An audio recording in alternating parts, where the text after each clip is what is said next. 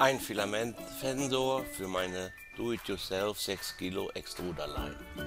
Natürlich kann man den auch für den 3D-Drucker gebrauchen.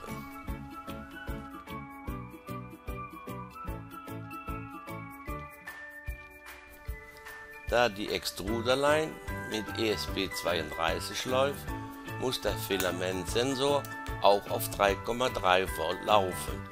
Ich nehme dazu eine Lichtschranke, wie sie in vielen Druckern als Endstops verbaut werden.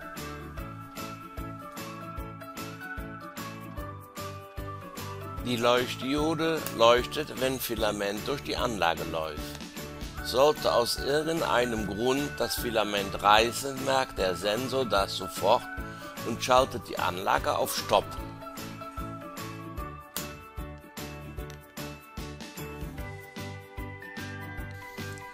Ich habe die Sensorhalter aus PA12 und aus ZX100, das blaue, gedruckt. Beide sind technische Kunststoffe und nichts für Anfänger.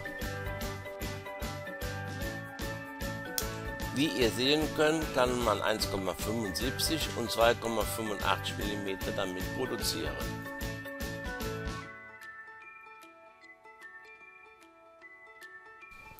Nun montiere ich noch zwei Neodym-Magnete. Da müsst ihr darauf achten, dass sie sich anziehen.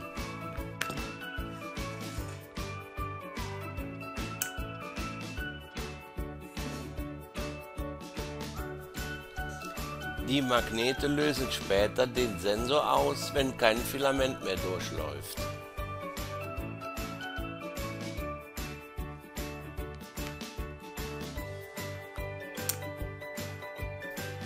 Ich bin kein Freund von Filamentsensoren in 3D-Druckern.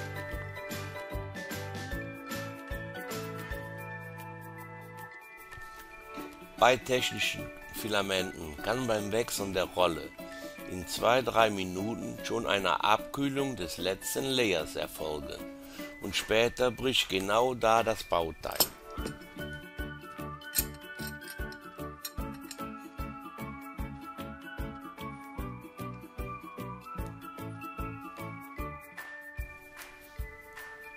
Das neue Filament ZX100 ist ein super Material.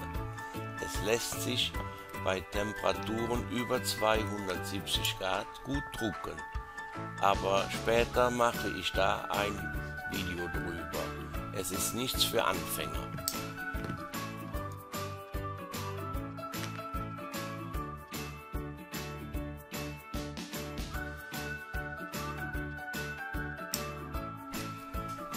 Die Neodym-Magnete ziehen mit 1 Kilogramm.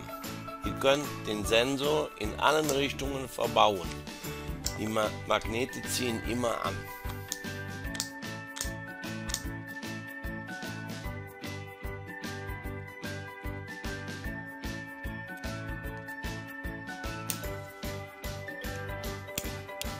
Den Sensor habe ich mit 2 M3 Schrauben befestigt.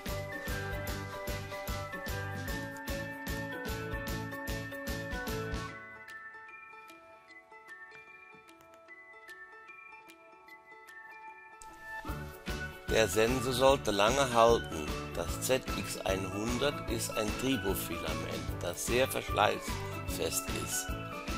Es sollte schon Kilometerfilament durchlaufen, bis die Bohrungen verschlissen sind.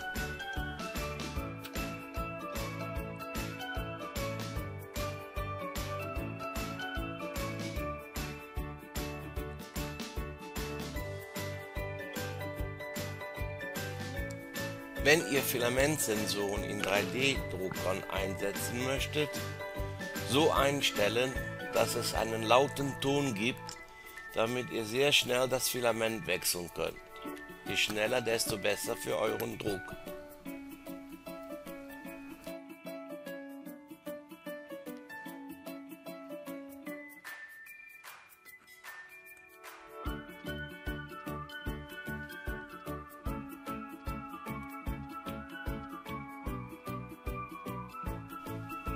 Wenn euch das Video gefallen hat, würde ich mich sehr über einen Daumen hoch freuen.